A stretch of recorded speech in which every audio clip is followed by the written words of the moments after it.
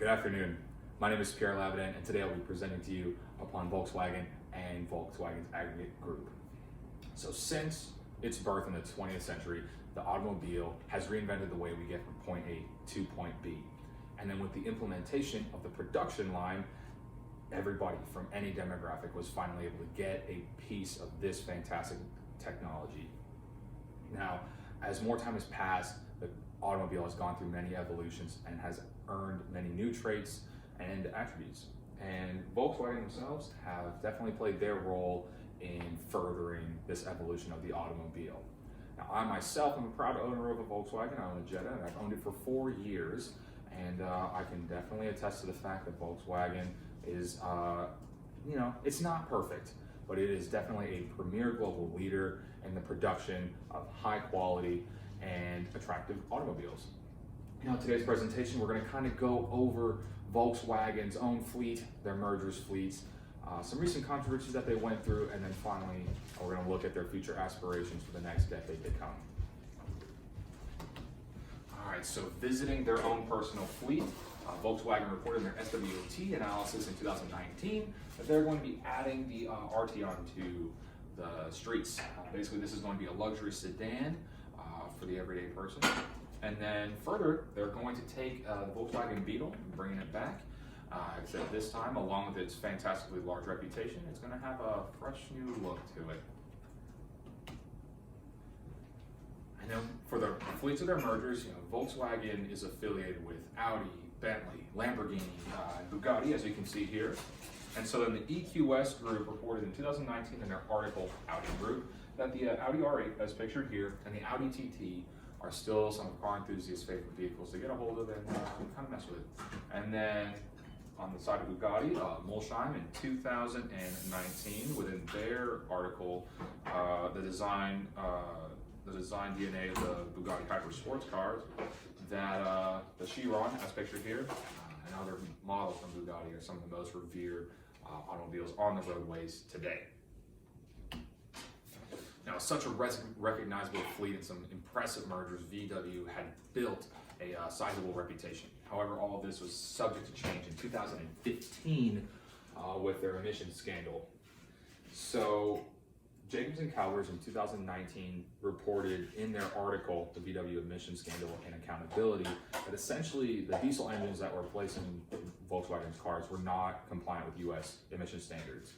And then Cruden and colleagues in 2018, in their article, Dieselgate, basically explained how this was made possible through a sensor which would detect whether the car is being in an emissions test or if it's on the road, and it would change the performance of the engine based upon the situation. So obviously they're going to be facing a lot of repercussions for this.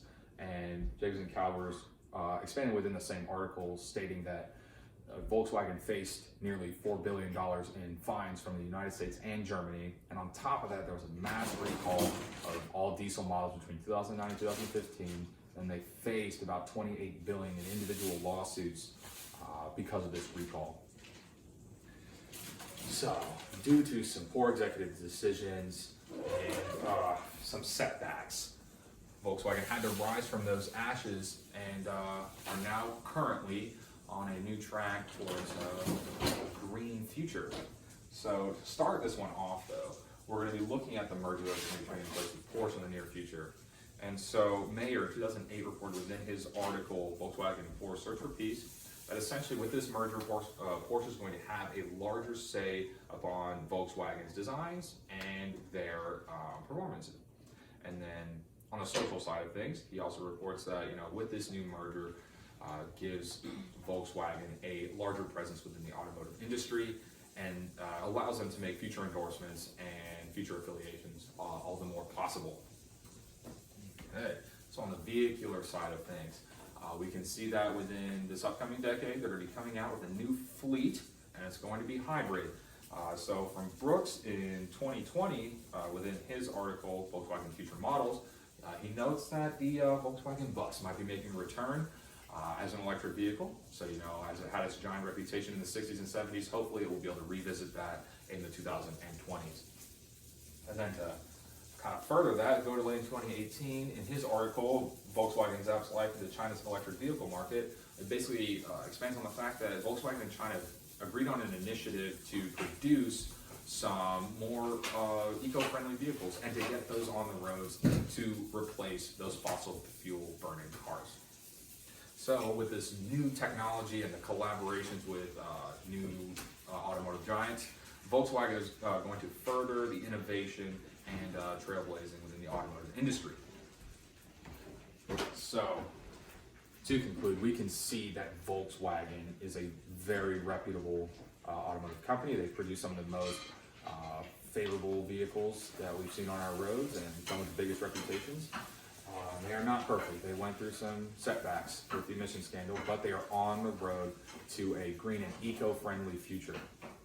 So, I will restate, Volkswagen, though not perfect, is a premier global leader in the production of high quality and attractive vehicles.